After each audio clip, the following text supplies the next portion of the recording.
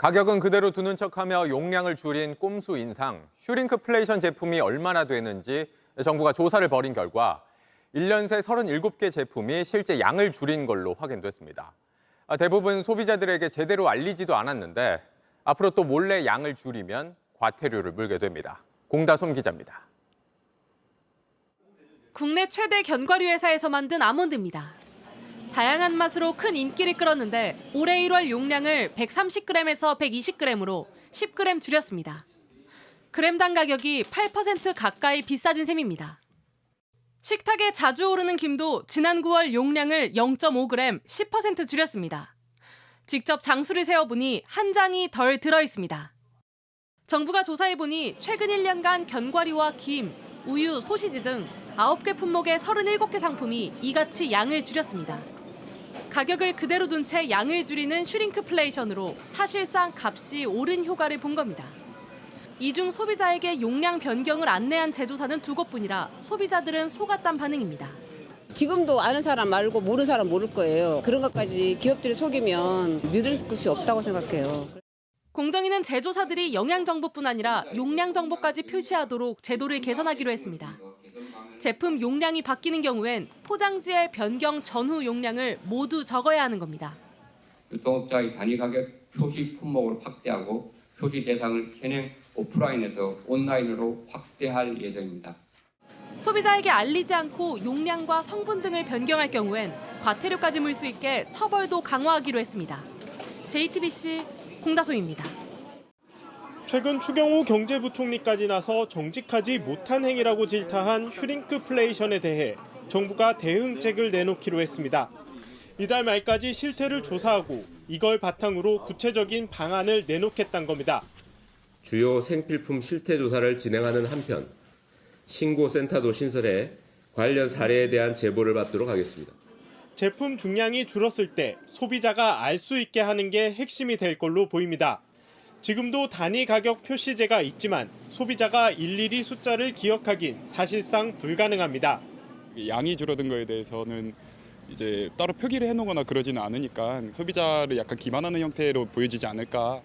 똑같이 고물가를 겪고 있는 해외에선 아예 중량이 줄어든 제품에 스티커를 붙여 표시하거나 소비자 공시 의무화 법안을 만든 사례도 있습니다. 예를 들면 슈링크플레이션을 할 경우에는 일정 기간 동안 몇 g에서 몇 g으로 줄었는지 표시하게끔. 하지만 원재료 값이 계속 오르는 상황에서 풍선 효과는 이어질 걸로 보입니다.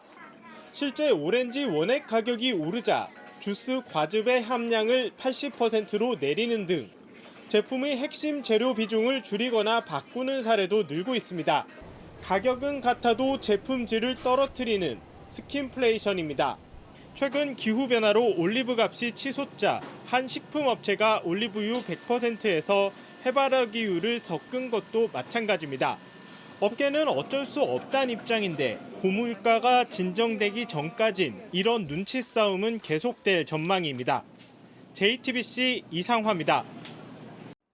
이렇게 슈링크플레이션에 불만이 큰 소비자들을 노려 거꾸로 가격은 내리고 제품량은 늘리는 가성비 제품들도 등장하고 있습니다.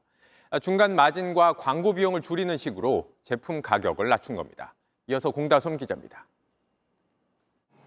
한 편의점이 오늘부터 판매하는 컵라면입니다.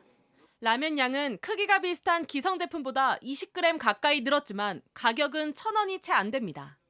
자체 개발한 이른바 PB 상품이다 보니 양은 늘리고 가격은 내릴 수 있었습니다. 유통망이 있다 보니까 판매력이나 어떤 구매력 등의 어떤 구매 경제가 실현이 되고 있고요. 중간 마진을 좀 줄이는 방식으로 그 비용 자체를 많이 낮추는데. 대형마트들도 광고나 마케팅 비용을 줄여 독자적으로 개발한 상품을 더 싸게 판매하고 있습니다. 정부가 슈링크플레이션 잡기에 적극 나서면서 업계가 선제 대응했다는 평가도 나오는데 지갑이 얇아진 소비자들은 환영하는 분위기입니다. 요즘에는 브랜드보다는 가격이나 많은 양을 선호하는 것 같아요. 다른 제품에 비해서 일단은 주부들한테는 가격으로 승부가 되는 거예요. 근데 생필품이고 물가가 너무 많이 올라갔고 물가 비례해서 얘네들은 좀 착한 가격인 것 같아요. 실제 한 편의점에선 단백질 함량을 높인 자체 개발 프로틴 음료가 기성 제품보다 평균 3배 가까이 팔렸습니다.